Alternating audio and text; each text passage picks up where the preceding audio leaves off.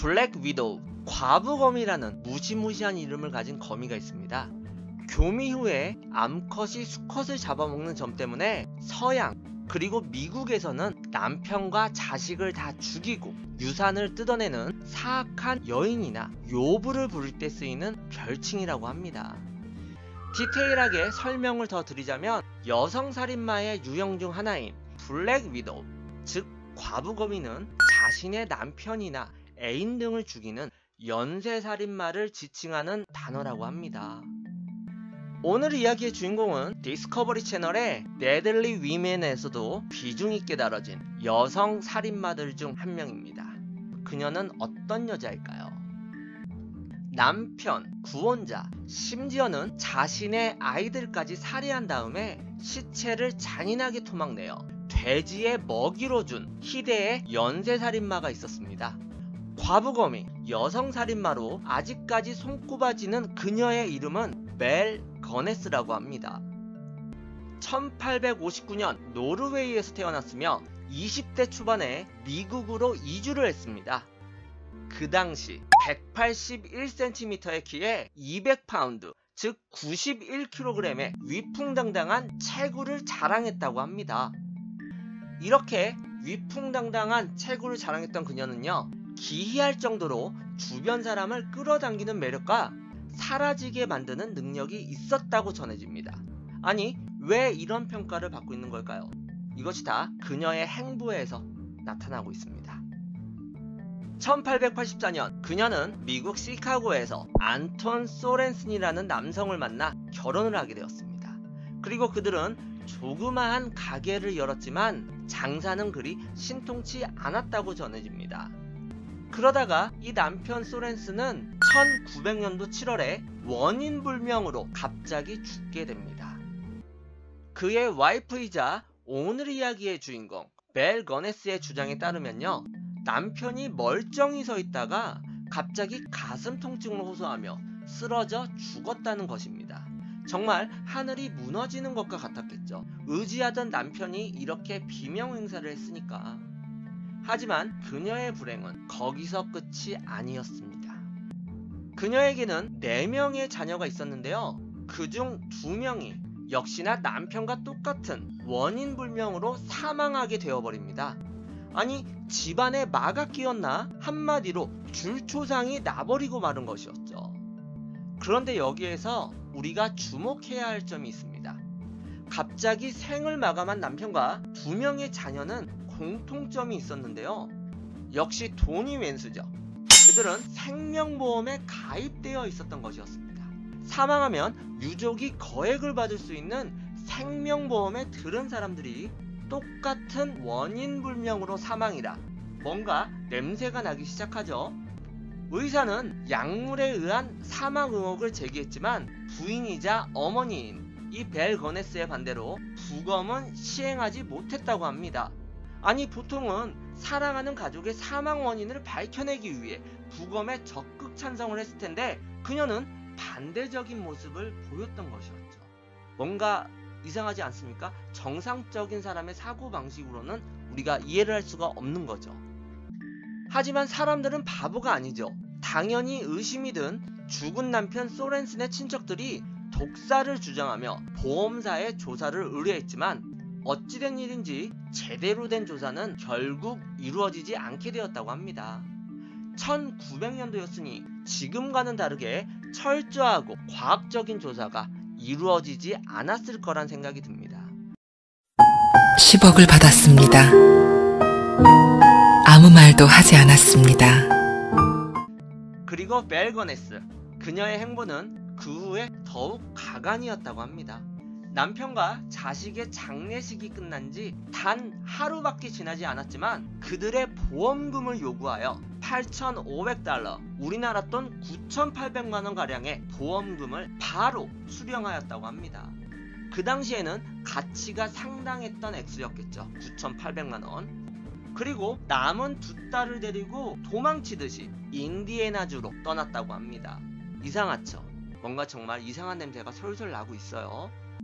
인디애나주의 라포테라는 마을로 이사온 벨 거네스는요, 거구에 어울리지 않게 상당히 매력이 있었나 봅니다. 겁니다. 지금 사진에서 보이시는 돼지 농장을 운영하며 2명의 딸이 있던 호라비 피터라는 사람을 만났고, 초록은 동색이라고 서로의 외로운 심정을 이해했는지 만난 진 얼마 되지 않았지만 1902년 4월 1일에 둘은 결혼을 하게 됩니다. 하지만 그녀의 주위엔 왜 이리 불운한 일만 계속 일어나는 것일까요? 그들이 결혼한 지 일주일 만에 아기였던 피터의 친딸이 그녀와 단둘이 있던 도중 역시나 원인 불명으로 사망하는 일이 벌어지게 됩니다. 그런데 이상하게 그 당시에 남편 피터가 자기 친딸의 죽음에 대해 별다른 의문을 품지 않았다고 합니다. 이건 역시 정말로 기이한 일인데요. 피터와 멜, 그 둘 사이에 무언가가 있었지 않았나라는 생각이 듭니다. 뭔가 여러분들도 살짝 추측을 할 수 있는 그런 게 있었을 거라고 저는 생각을 합니다. 그리고 여러분들이 예상하시는 것처럼 1902년 12월 피터도 역시 의문의 죽음을 맞이하게 됩니다. 남편을 2명이나 먼저 보낸 이 박복한 팔자의 멜 거네스의 말에 따르면 남편 피터가 창고에서 일하던 중 고기 굽는 철판이 선반 위에서 우연히 그의 머리에 떨어지게 되었고, 그 사고로 즉사하였다는 것이 그녀의 증언이었습니다. 여러분들, 이것도 우연일까요? 정말 그녀의 주위에는 사건, 사고, 원인 불명이 늘 붙어 다니는 것 같습니다. 우연이 계속되면 그건 우연이 아니겠죠. 10억을 받았습니다. 아무 말도 하지 않았습니다. 딱히 해명할 방법이 없었던 보험회사는 이번에도 역시 사고사로 결론을 내렸고 보험비 4,000달러를 그녀에게 지급하였다고 합니다. 이런 일이 계속 그녀의 주위에서 벌어지니 콩으로 매주를 쓴다 해도 믿겠습니까? 주위 사람들은 거네스의 어색한 증언을 믿지 않았다고 합니다. 돼지 농장의 운영자이자 숙련된 도축업자였던 피터가 그렇게 쉽게 죽었을 리 없다고 생각을 했던 거였죠. 주민들은 이 벨 거네스를 살인범으로 고발하였지만 만만히 볼 그녀가 아니었죠. 자신이 임신 중인 것을 이용해서 남편은 죽었지만 내 뱃속에는 그의 아기가 있어요. 이런 화려한 말발로 동정론을 이끌어내며 감성팔이를 해댄 끝에 증거 부족으로 풀려날 수 있게 되었다고 합니다. 결국 두 번째 남편의 사망 사건은 종결되었고, 임신 중이었던 이 거네스는 1903년 유복자 필립을 낳았습니다. 또다시 홀몸이 된 거네스였으나 이번엔 남편의 유산, 농장을 소유하게 되었죠. 그리고 여자의 몸으로는 일이 벅찼는지 농장 일을 도울 일손을 모집하게 되었습니다. 이 사진에서 보이시는 레이 램피어라는 남자가 1906년부터 그녀의 농장에 거주하며 그녀를 도왔습니다. 여러분들, 이 레이 램피어라는 남자가 너무나도 불쌍한 남자입니다. 이유는 후에 아시게 됩니다. 어쨌든 정말 불쌍한 남자예요. 이렇게 일꾼도 오고 농장이 차츰 자리 잡고 있을 무렵, 아까 피터 역시 2명의 딸이 있었고 그중 아기였던 딸은 벨과 결혼한 지 얼마 안 돼서 사망했다고 제가 말씀드렸잖아요. 그의 남겨진 마지막 딸 제니, 그녀 역시 갑자기 사라지고 말았다고 합니다. 뭔가 정말 수상하죠. 정말 수상해요. 맨날 보이던 아이가 안 보이니까 자연스레 이웃들이 제니의 행방을 물어보게 되었고, 이에 벨 거네스는 제니가 신을 섬기고 싶어해서 로스앤젤레스에 있는 신학대학교에 입학을 시켰다고 자랑스럽게 말을 하고 다닙니다. 하지만 우리 여러분들은 이미 예상하셨겠죠. 사실 그녀는 계모인 벨에게 살해되어 자기 집 마당에 묻힌 상태였다고 합니다. 아무리 자기 배로 낳지 않았지만은 그 딸을 죽인 다음에 앞마당에 묻어버리고 아예 공부하고 싶어서 유학 보냈어요. 이렇게 뻔뻔스럽게 말을 하고 다닌 거였어요. 정말 소름 끼치는 일이죠. 사람의 욕심은 끝이 없는 법이죠. 과부거미가 교미 후에 수컷을 잡아먹고자 유혹하듯이 이 벨 거네스는 모든 시카고 일간신문에 다음과 같은 광고를 냈습니다. 구인 인디애나주 라포테에서 제일 좋은 곳에 있는 대규모 농장을 운영하는 매력있는 미망인이 인생을 함께할 어느 정도 재산이 있고 점잖은 남자를 모집함. 방문 의사 없는 편지사절, 장난사절, 이러한 광고를 내고 만 거예요. 사람의 심리는 예나 지금이나 똑같나 봅니다. 요즘도 이런 광고를 자주 볼 수 있죠. 이제 남자를 원한다고 우리 농장에 와서 나랑 같이 살자, 이러한 구인 광고를 낸 거예요. 저도 남자지만 남자란 동물이 참 어리석죠. 이 광고를 보고 어느 정도 재산이 있는 중년 남자들이 지갑과 땅 문서를 든 채 그녀의 마수에 절로 찾아오게 됩니다. 그 먹잇감 중에는 미네소타에서 온 존 무라는 남자도 있었다고 합니다. 50세의 나이에 새로운 이성과의 만남을 꿈꿨는지 $1000를 지참하고 온 그였지만 그녀의 농장에 도착한 지 일주일이 지나지 않아 실종되었다고 합니다. 이제는 여러분들도 확실히 아시겠죠? 남편 살인에 재미를 붙이니 아예 이쪽으로 전문가가 되어버린 그녀의 또 다른 비즈니스가 돼버리고 마른 거죠. 그 다음에 도착한 희생양 조지 앤더슨은요, 벨 거네스, 그녀와 똑같은 노르웨이 태생의 이민자였다고 합니다. 타국에서 같은 나라의 미인을 만난다는 기대를 품고 도착했지만 정작 직접 눈으로 본 벨 거네스는 그가 상상했던 섹시한 밀프, 중년 미인이 아니고 그저 40대 중반에 늙어가는 아줌마에 불과하다는 사실을 깨달았으며, 거기다가 뭔가 아주 이상하게 위험해 보이기까지 하다는 것을 실감하게 됩니다. 키가 181cm에 몸무게가 91kg나 나가는 거구였으니까 위화감이 장난이 아니었겠죠. 하지만 거네스는 이 앤더슨을 대우하며 극진히 대접을 했다고 합니다. 앤더슨은 여행에 지쳤고 잘 차려진 저녁도 먹은 터라 금방 깊은 잠에 빠지게 됩니다. 그렇게 잠이 든 앤더슨은요, 이상한 낌새에 문득 잠에서 깨어나게 됩니다. 그리고 거네스가 촛대를 들고 자신의 옆에 서서 빤히 쳐다보는 사악하리만큼 섬뜩한 눈빛과 마주치게 되었다고 해요. 여러분들도 자다가 깼는데 누군가가 빤히 쳐다보고 있다고 생각해보세요. 정말 소름이 돋죠? 이에 걸맞게 그는 기겁을 하며 큰 비명을 지르게 되었다고 합니다. 이건 거네스도 예상하지 못한 일인지 그녀 역시 놀람과 동시에 주랭랑을 치자 이곳이 정말 위험하다고 느낀 앤더슨은요, 침대에서 뛰어내려 옷을 재빨리 주워 입고 농장을 탈출해 곧장 자신의 마을이 있던 미주리행 열차에 올랐다고 합니다.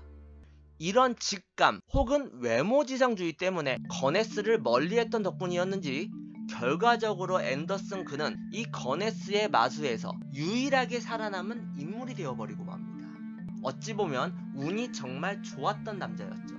거네스의 외모에 실망을 해서 약간 경계를 하고 멀리했던 그였는데 이게 그에게는 목숨을 건질 수 있었던 행운이 되었던 거예요. 앤더슨이 주랭랑을 친 후 뭔가를 단단히 생각했는지 벨 거네스가 대형 여행 가방을 계속 주문하기 시작한 것도 이쯤이라고 합니다. 그녀에게 상품을 배달했던 사람 클라이드 스터지스는 그 크고 무거운 가방을 마치 마시멜로우 상자처럼 가볍게 어깨로 들 수 있는 여자는 처음 보았다고 훗날 증언하였다고 합니다. 정말 괴력의 소유자예요. 그녀는 밤이고 낮이고 집안의 모든 문이란 문은 닫아두었으며 그녀의 농장 근처를 우연히 지나던 농부들은 그녀와 일꾼이었던 램피어가 밤에 돼지우리를 파고 있는 것을 종종 보았다고 합니다. 그렇게 일이 쌓여있던 것도 아닌데 밤에까지 잔업을 하다니, 여러분들이 예상하는 바와 같이 사람들의 눈을 피해 야심한 밤에 무언가를 작업하고 있었던 거였겠죠. 정말 주도 면밀한 거죠. 사람들의 눈을 피해서 어두운 밤에. 앤더슨의 뒤를 이어 광고를 보고 온 구원자는요, 아이오와에서 온 올 버즈버그라는 중년 호랍이었는데 그가 사람들 눈에 마지막으로 목격된 곳은 1907년 4월 6일 라포테 은행이었다고 합니다. 그 벨 거네스가 사는 동네의 은행이었던 것이었죠. 자신의 토지를 담보로 수천 달러를 현금으로 대출받았고 얼마 안 가서 그는 실종되었습니다. 나중에 그의 아들 오스카와 매튜 머즈버그가 아버지의 행방을 수소문 끝에 거네스에게 편지를 보냈지만 그들이 받은 답장은 그들의 아버지를 보지도 못했다는 그녀의 대답이었다고 합니다. 그녀가 정말 매력적인 여자는 아니었잖아요. 근데 그녀에게 홀딱 반해가지고 자신의 땅을 담보로 해서 돈까지도 다 뜯기고 목숨까지도 잃게 되었던 남자인 거죠. 뭔가 그녀한테 뭐 알 수 없는 매력이 숨겨져 있나 봅니다. 아니면 협박을 했던지. 하지만 그녀의 만행은 여기서 그치지 않고요. 1907년 12월에는 사우스다코다의 미혼농부 앤드류 헬게리엔이 그녀에게 편지를 보냈고 따뜻한 답장을 받았습니다. 둘은 수차례 편지를 주고받았는데 요즘으로 치면은 여러분들이 정말 좋아하시고 잘하시는 랜선 연애를 한 거죠. 이 거네스가 1908년 1월 13일자에 쓴 편지는 순진한 농촌총각 헬게리엔을 주체할 수 없도록 만들었습니다. 내 세계 최고의 친구에게 세상에 나보다 행복한 여자는 없을 거예요. 드디어 당신이 나에게로 와서 내 사람이 된다니. 당신이 보낸 편지들을 보며 나는 당신이 내가 찾던 사람이란 것을 알았어요. 내 심장은 거친 환희로 뛰고 있어요. 나의 앤드류, 사랑해요. 나와 영원히 함께해요. 달달한 분위기의 편지가 오고 갔던 거예요. 그래서 정말 이 헬게리엔의 마음을 불태웠던 거예요. 순진한 농촌총각에. 1908년 1월 이런 달달한 편지를 받은 그는요, 거주지에서 찾은 2,900달러를 수표로 바꾼 후에 자신의 사랑 거네스를 찾아가게 되었습니다. 며칠 후 두 사람은 그 라포테 은행에 나타나서 수표를 현금으로 바꾸는 것이 목격되었고, 이후 앤드류 헬게리엔은 다른 남자들처럼 역시나 실종되었습니다. 앞서 말씀드린 농장의 일꾼, 제가 너무 불쌍한 남자라고 설명드렸던 이 레이 램피어는요, 이상하게도 벨 거네스에게 푹 빠져 있었다고 합니다. 개인의 취향이니 존중해드립니다. 거네스를 위해 어떠한 굳은 일도 마다하지 않았지만 그는 점차 구원자들을 질투하기 시작하였다고 합니다. 그로 인해 거네스는 1908년 2월 3일 그를 해고하였다고 합니다. 야, 너 좋아하면 안 되냐? 야, 너 좋아할 수도 있잖아. 램피어는 이렇게 버려진 신세가 되자 그녀의 마음을 되돌리기 위해 위험한 방법을 쓰기로 했는데요. 아까 말씀드렸던 실종된 앤드류 헬게리엔이 그녀의 집에서 처리되었다라는 진짠지 가짠지 모를 소문을 흘리게 되고 마는 거예요. 왜냐면 주민들은 앤드류 헬게리엔이 거네스의 실물을 보고 실망하여 이곳을 떠난 지 오래라고 믿고 있었던 상태였기 때문에 이러한 소문을 냈으면 정말 벨 거네스는 위험에 빠지게 되는 거죠. 남자의 치졸한 복수일까요? 자신의 사랑을 안 받아줬다고. 우리 파수 형님들이 이런 거 잘하는데 그러면 안 돼요. 이후 실종된 앤드류의 형제인 에이즐 헬게리엔이 거네스에게 편지를 보내 동생의 안부를 물어보았지만 이 거네스는 앤드류가 친척을 만나기 위해 다른 곳으로 갔을 거라고 얼토당토 안 되는 말을 전하고 맙니다. 하지만 이 에이즐은 거네스의 말을 믿지 않았고 자신이 직접 찾아갈 의사를 그녀에게 밝히게 됩니다. 자, 안 그래도 램피어로 골치가 아픈 상태에서 그 실종자의 형제까지도 온다고 하자 그녀는 정말 궁지에 몰리게 되었고 심경이 복잡해졌는지 선수를 치기로 결정을 합니다. 그녀는 법률가 렐리터라는 사람을 만나 해고된 일꾼 램피어가 자신을 스토킹해 그녀와 아이들을 죽이고 집에 불을 지르겠다고 위협을 했다, 이렇게 거짓말을 하게 됩니다. 자신이 죽을 때를 대비해서 유언장을 작성하겠다고 말을 했고 법률가 렐리터는 전 재산을 자식들에게 남기겠다는 이 거네스의 유언장 작성을 공증하였다고 합니다. 그리고 드디어 사단이 벌어지게 됩니다. 1908년 4월 28일 새벽 일꾼 램피어를 대신해 고용된 조 맥스는요, 숙소에서 잠을 자다가 무언가 타는 냄새에 잠에서 깨어나게 됩니다. 그리고 1층에서 불이 난 것을 깨달았고 거네스와 아이들의 이름을 외쳐보았지만 아무런 답이 없었다고 합니다. 화염이 2층으로 번져오자 그는 속옷 차림으로 창문으로 뛰어내려 간신히 목숨을 건졌다고 합니다. 그리고 도움을 청하기 위해 내달렸지만 사람들이 도착한 것은 동틀 무렵. 이미 지붕은 불타 내려앉았고 박살나버린 저택은 연기만을 내뿜고 있는 상태였습니다. 불이 소화된 후 잔해를 해치자 지하실에서는 내구의 시신이 발견되었으며 거기에는 아이들의 시신들도 있었다고 합니다. 다름 아닌 오늘 이야기의 주인공 기네스의 두 딸과 아들 필립의 유해였다고 합니다. 그리고 나머지 하나는 머리가 없어진 성인 여성의 시체였다고 합니다. 이 시체는 머리가 없었기 때문에 신원 파악이 어려웠고 머리는 발견되지 않았습니다. 이에 경찰들은 범인을 찾던 도중 그 법률가 렐리터가 있었잖아요. 거네스의 유언장을 들고 와서 아니 이 사건은 그녀를 사랑해서 스토킹해서 해고된 일꾼 램피어가 거네스 일가를 협박을 하였고 그래서 이렇게 불을 지르고 살인을 저지른 거다, 이러한 증언을 하게 되었고 졸지에 램피어는 경찰에 체포되게 됩니다. 하지만 램피어 자신은 방화 및 기네스 가족에 대한 사례를 완강히 부인했다고 해요. 과연 어느 것이 진실일까요? 이후 마지막으로 사라졌던 희생자 앤드류의 형인 에이즐 헤게리엔이 뒤늦게 사건 현장에 도착을 하게 됩니다.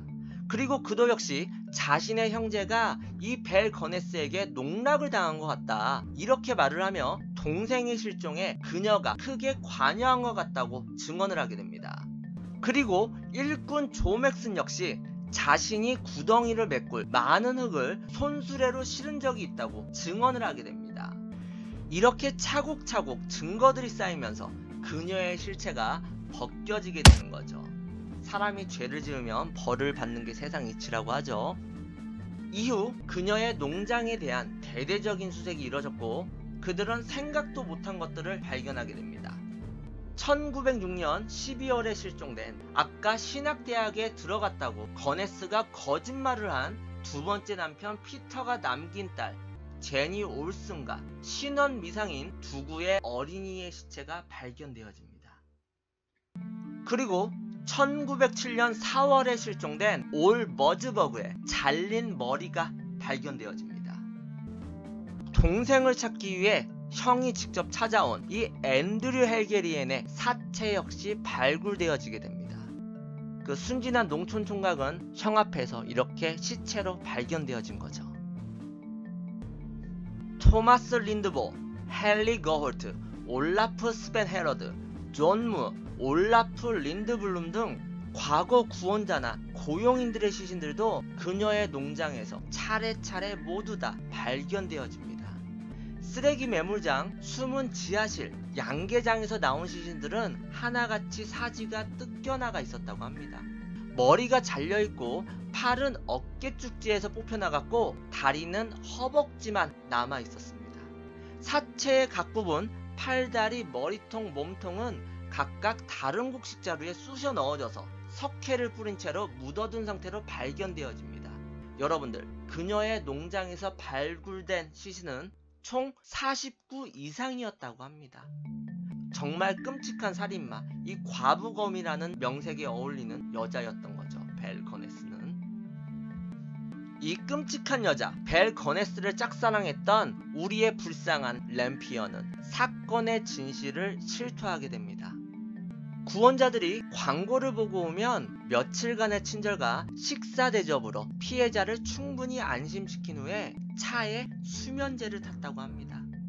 살해 방식은 주로 고기칼로 목을 자르는 식, 그리고 시신을 옮겨 토막 낸 것도 모두 거네스가 직접 했으며 돼지를 길렀다고 했잖아요. 남은 사체 조각은 돼지에게 먹이로 줘버렸다고 실토를 하게 됩니다.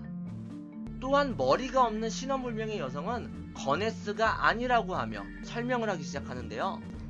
가정부를 명목으로 시카고에서 온 여성을 꿰어내어 머리를 강타해서 살해를 시켰다고 합니다. 그리고 신원을 알 수 없게끔 머리를 잘라내고 자신이 살해한 아이들과 나란히 놔두고 집에 불을 질렀다고 합니다. 그러니까 이 시카고에서 꼬신 여성을 자신 시체에 대역을 시키기 위해서 그녀를 살해를 하고 이런 포장을 했던 것이었죠. 그리고 램피어는 자신은 그 모든 일들에 뒤치다꺼리와 방화만을 했으며 살인에는 일체 관여하지 않았다고 주장을 했습니다.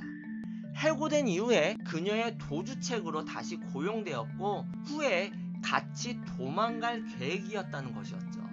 하지만 벨 거네스는 그를 홀로 남겨두고 다른 루트로 혼자서만 도망갔고 우리의 램피어는 또다시 버림받은 신세가 되어버린 거죠. 제가 불쌍한 남자라고 말씀드렸죠. 호구 중에 호구가 된 거예요. 42명에 달하는 피해자들에게 강탈하여 예금한 돈은 25만 달러에 달했는데 우리나라 돈으로 2억 9천만 원 정도라고 합니다. 이때 당시에는 정말 어마무시한 돈이겠죠. 하지만 이 돈은 불을 지르기 전날 벨 거네스가 모든 금액을 빼내간 사실도 밝혀지게 됩니다. 정리해보자면 범죄의 재구성 이런 영화도 있고 유주얼 서스펙트나 그런 거에 나오는 것과 마찬가지로 그녀가 그녀의 피지컬에 걸맞게 머리도 비상해가지고 다른 사람의 시신을 이용하고 또 자신의 자식들은 무참하게 살해를 해서 그 램피어라는 불쌍한 남자를 이용해서 이렇게 모든 것을 차곡차곡 쌓아가지고 연결고리를 이어가지고 완전 범죄를 꿈꿨던 것이었죠. 정말 무서운 여자였던 거예요, 이 여자는. 이 모든 사실이 언론에 알려진 이후 벨 거네스는 미국 최악의 살인마라는 타이틀과 푸른 수염이라는 별명까지 곁들여졌다고 합니다. 어쨌든 수배에 들어간 벨 거네스의 행방은 묘연했으며 몇 번의 목격 정보도 있었지만 결국 찾아내진 못했다고 합니다.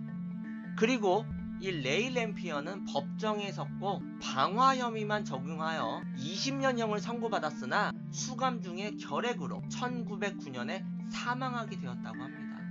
정말 불쌍한 남자죠. 끝까지 이용당하고 감옥에까지 가서 거기서 목숨까지도 잃고. 그 후 세월이 흘러 2007년 인디애나폴리스 대학 법의학 연구팀이 이 머리 없는 여인의 무덤을 발굴해서 다시 분석을 하였다고 합니다. 그리고 불이 나기 전에 머리가 잘려 죽은 것을 과학적으로 확인시켰다고 합니다. 아이들도 마찬가지로 불이 나기 전에 사망한 것을 확인하였고요.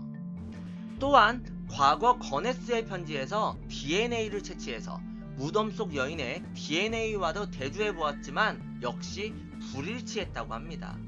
이 과학적으로 모든 게 밝혀지게 된 겁니다. 이로써 레이 램피어의 증언 기록이 확실한 사실로서 증명된 셈이었죠. 여인의 몸으로 40명이 넘는 남성과 여성 그리고 아이들까지도 모두 다 죽인 희대의 살인마 벨 거네스. 그녀는 어마무시한 완력과 비상한 머리로 사건 저편으로 사라지게 되었습니다.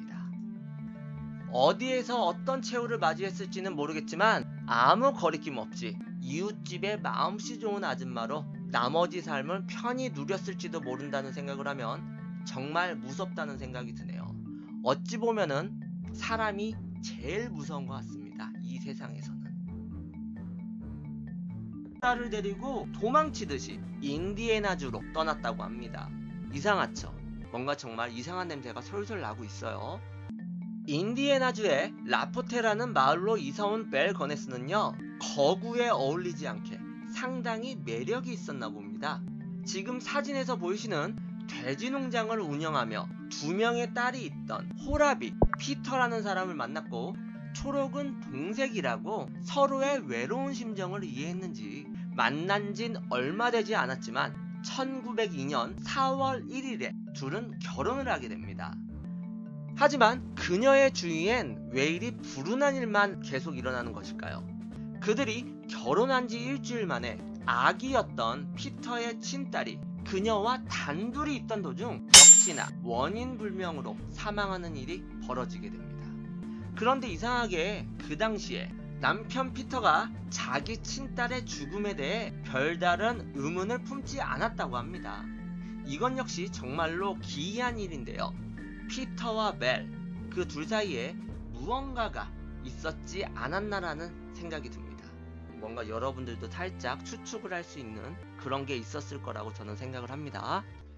그리고 여러분들이 예상하시는 것처럼 1902년 12월 피터도 역시 의문의 죽음을 맞이하게 됩니다. 남편을 2명이나 먼저 보낸 이 박복한 팔자의 멜 거네스의 말에 따르면 남편 피터가 창고에서 일하던 중 고기 굽는 철판이 선반 위에서 우연히 그의 머리에 떨어지게 되었고 그 사고로 즉사하였다는 것이 그녀의 증언이었습니다. 여러분들, 이것도 우연일까요? 정말 그녀의 주위에는 사건, 사고, 원인 불명이 늘 붙어 다니는 것 같습니다.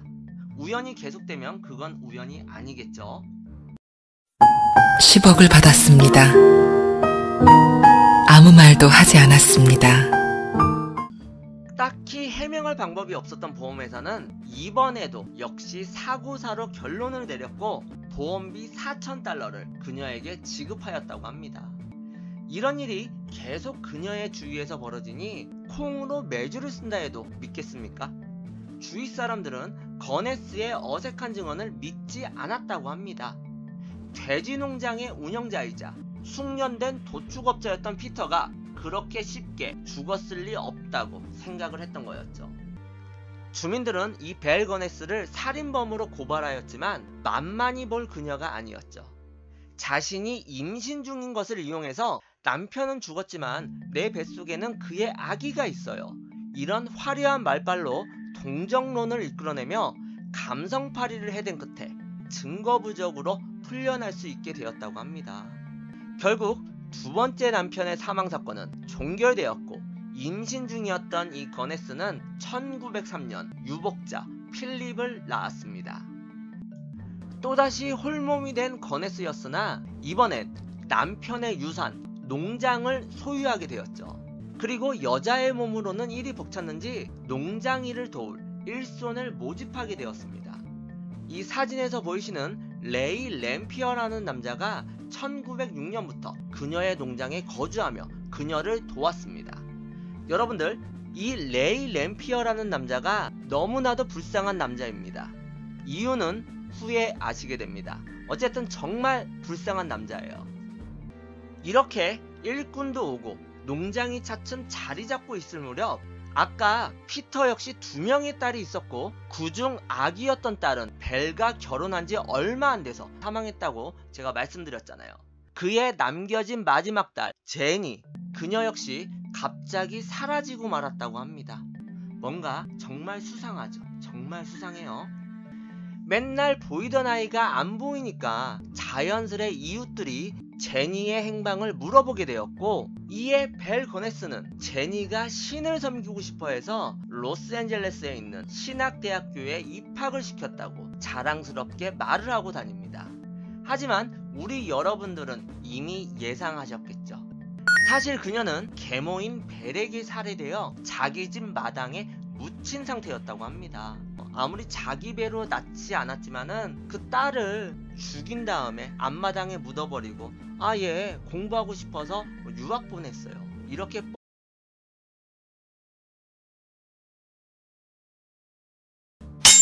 블랙 위도우, 과부검이라는 무시무시한 이름을 가진 거미가 있습니다.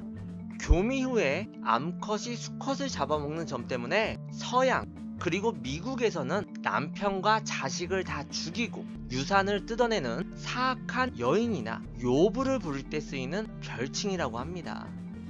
디테일하게 설명을 더 드리자면 여성살인마의 유형 중 하나인 블랙 위도우, 즉 과부거미는 자신의 남편이나 애인 등을 죽이는 연쇄살인마를 지칭하는 단어라고 합니다. 오늘 이야기의 주인공은 디스커버리 채널의 데들리 위맨에서도 비중있게 다뤄진 여성 살인마들 중 한 명입니다. 그녀는 어떤 여자일까요? 남편, 구원자, 심지어는 자신의 아이들까지 살해한 다음에 시체를 잔인하게 토막내어 돼지의 먹이로 준 희대의 연쇄살인마가 있었습니다. 과부검이 여성살인마로 아직까지 손꼽아지는 그녀의 이름은 멜 거네스라고 합니다. 1859년 노르웨이에서 태어났으며 20대 초반에 미국으로 이주를 했습니다. 그 당시 181cm의 키에 200파운드, 즉 91kg의 위풍당당한 체구를 자랑했다고 합니다. 이렇게 위풍당당한 체구를 자랑했던 그녀는요, 기이할 정도로 주변 사람을 끌어당기는 매력과 사라지게 만드는 능력이 있었다고 전해집니다. 아니, 왜 이런 평가를 받고 있는 걸까요? 이것이 다 그녀의 행보에서 나타나고 있습니다. 1884년 그녀는 미국 시카고에서 안톤 소렌슨이라는 남성을 만나 결혼을 하게 되었습니다. 그리고 그들은 조그마한 가게를 열었지만 장사는 그리 신통치 않았다고 전해집니다. 그러다가 이 남편 소렌슨은 1900년도 7월에 원인불명으로 갑자기 죽게 됩니다. 그의 와이프이자 오늘 이야기의 주인공 벨 거네스의 주장에 따르면요, 남편이 멀쩡히 서 있다가 갑자기 가슴 통증을 호소하며 쓰러져 죽었다는 것입니다. 정말 하늘이 무너지는 것과 같았겠죠. 의지하던 남편이 이렇게 비명 행사를 했으니까. 하지만 그녀의 불행은 거기서 끝이 아니었습니다. 그녀에게는 4명의 자녀가 있었는데요, 그중 2명이 역시나 남편과 똑같은 원인불명으로 사망하게 되어버립니다. 아니, 집안에 마가 끼었나? 한마디로 줄초상이 나버리고 마른 것이었죠. 그런데 여기에서 우리가 주목해야 할 점이 있습니다. 갑자기 생을 마감한 남편과 2명의 자녀는 공통점이 있었는데요, 역시 돈이 왼수죠. 그들은 생명보험에 가입되어 있었던 것이었습니다. 사망하면 유족이 거액을 받을 수 있는 생명보험에 들은 사람들이 똑같은 원인불명으로 사망이라 뭔가 냄새가 나기 시작하죠. 의사는 약물에 의한 사망 의혹을 제기했지만 부인이자 어머니인 이 벨 거네스의 반대로 부검은 시행하지 못했다고 합니다.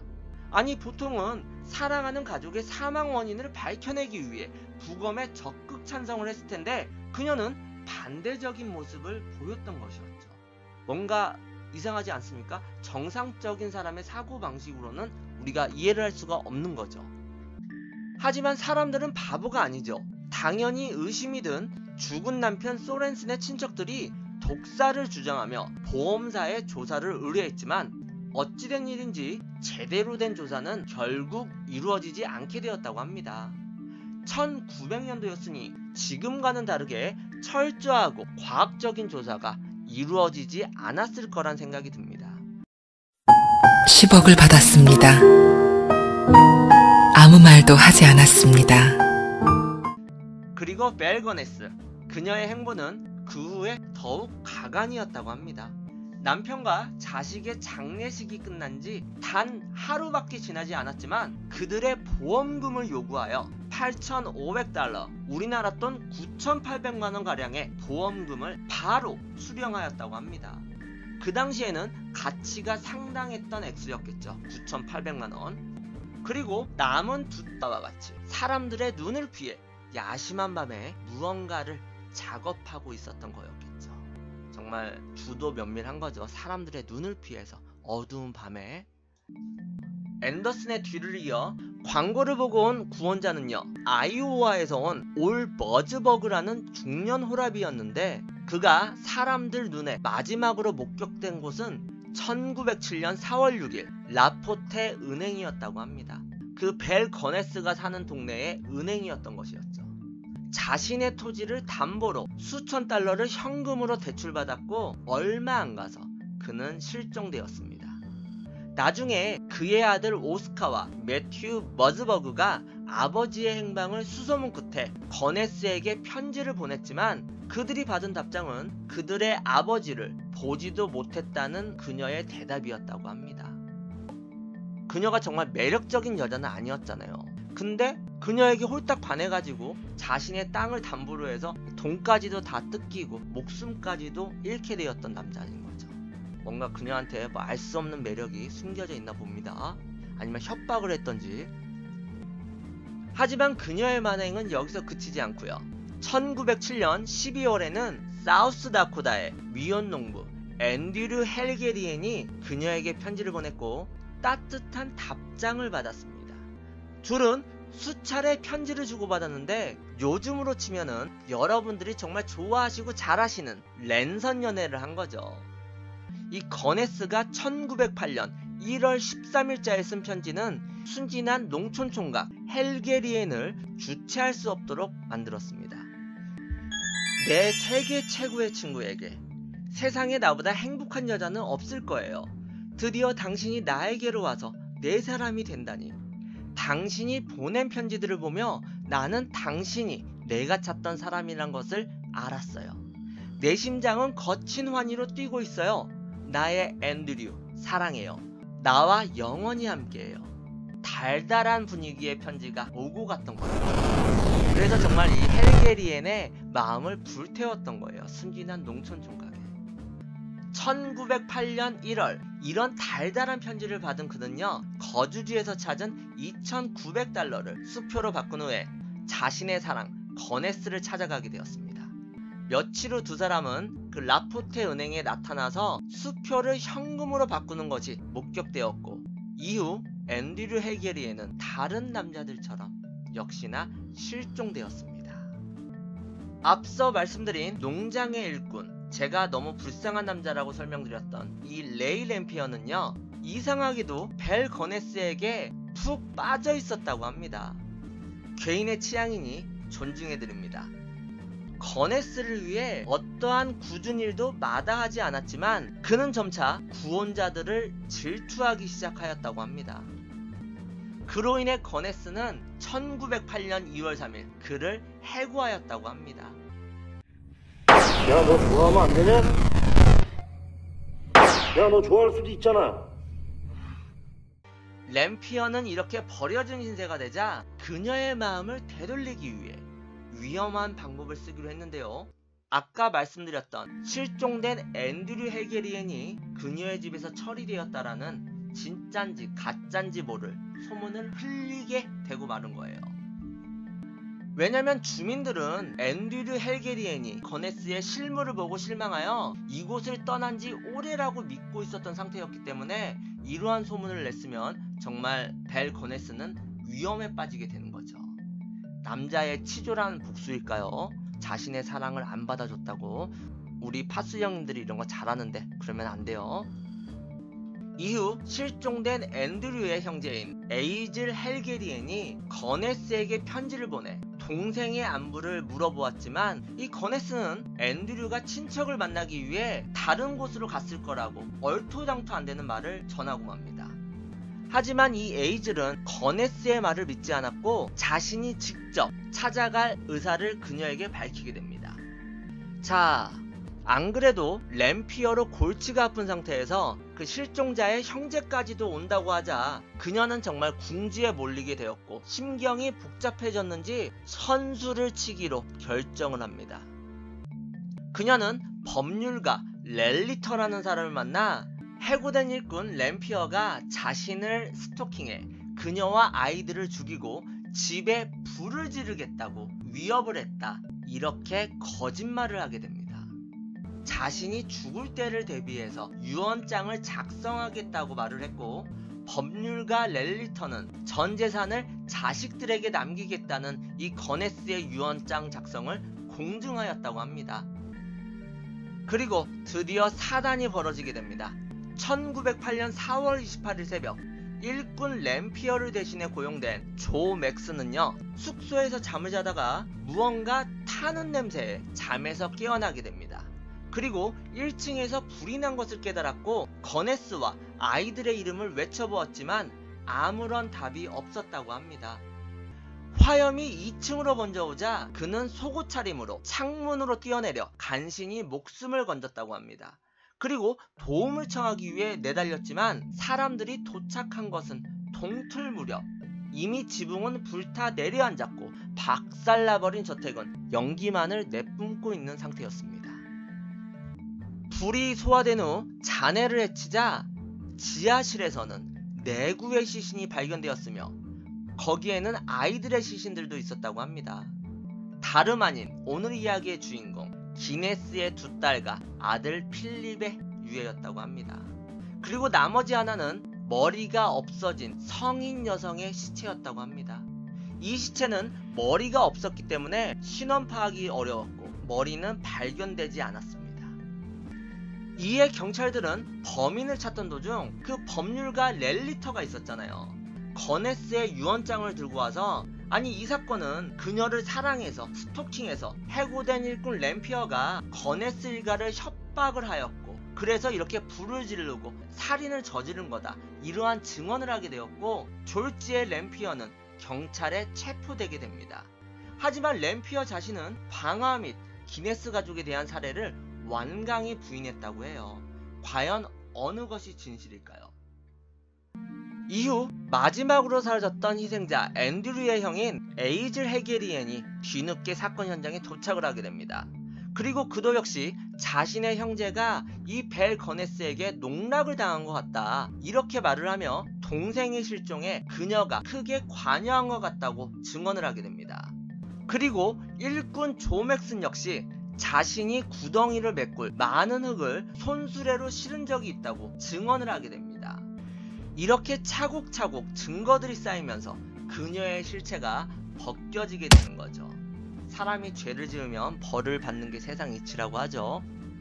이후 그녀의 농장에 대한 대대적인 수색이 이뤄졌고 그들은 생각도 못한 것들을 발견하게 됩니다. 1906년 12월에 실종된 아까 신학대학에 들어갔다고 거네스가 거짓말을 한 두 번째 남편 피터가 남긴 딸 제니 올슨과 신원 미상인 두구의 어린이의 시체가 발견되어집니다. 그리고 1907년 4월에 실종된 올 머즈버그의 잘린 머리가 발견되어집니다. 동생을 찾기 위해 형이 직접 찾아온 이 앤드류 헬게리엔의 사체 역시 발굴되어지게 됩니다. 그 순진한 농촌 총각은 형 앞에서 이렇게 시체로 발견되어진 거죠. 토마스 린드보, 헨리 거홀트, 올라프 스벤 헤러드, 존 무, 올라프 린드블룸 등 과거 구원자나 고용인들의 시신들도 그녀의 농장에서 차례차례 모두 다 발견되어집니다.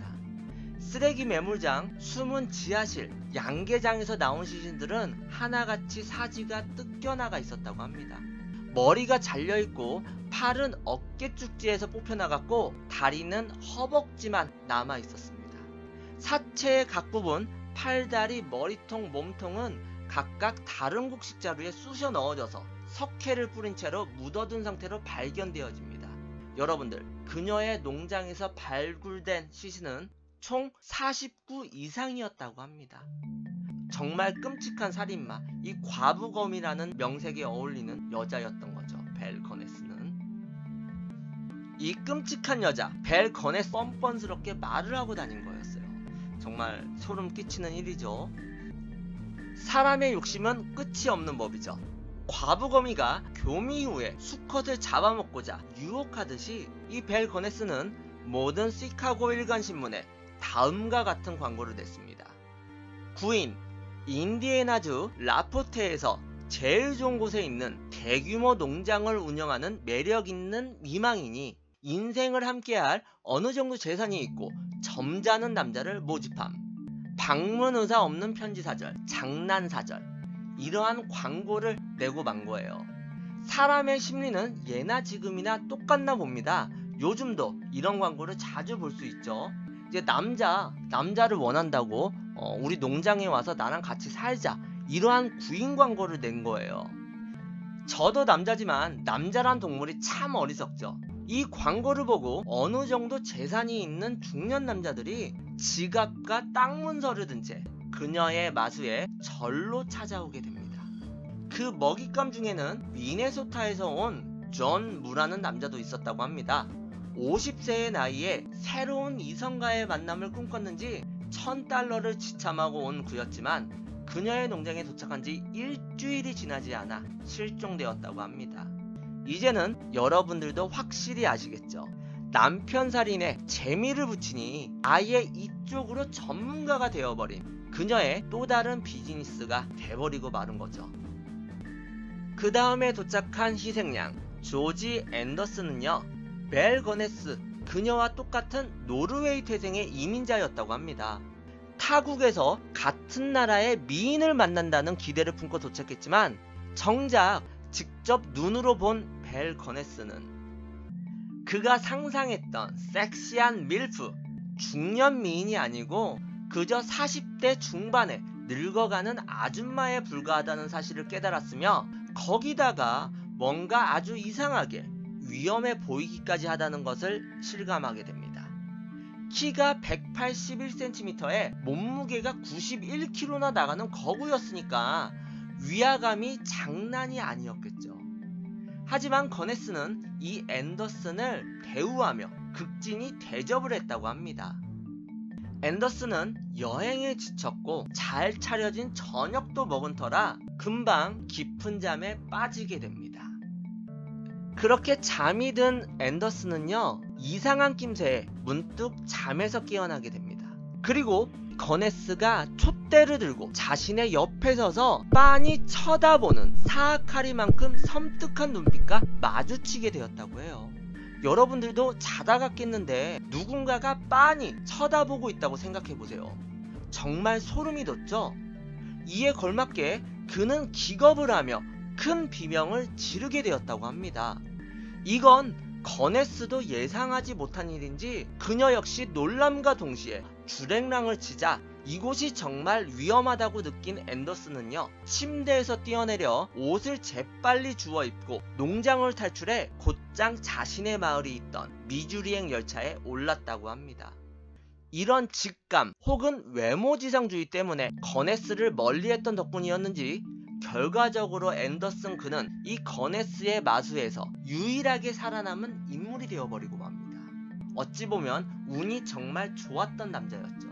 거네스의 외모에 실망을 해서 약간 경계를 하고 멀리했던 그였는데 이게 그에게는 목숨을 건질 수 있었던 행운이 되었던 거예요. 앤더슨이 주랭랑을 친 후 뭔가를 단단히 생각했는지 벨 거네스가 대형 여행 가방을 계속 주문하기 시작한 것도 이쯤이라고 합니다.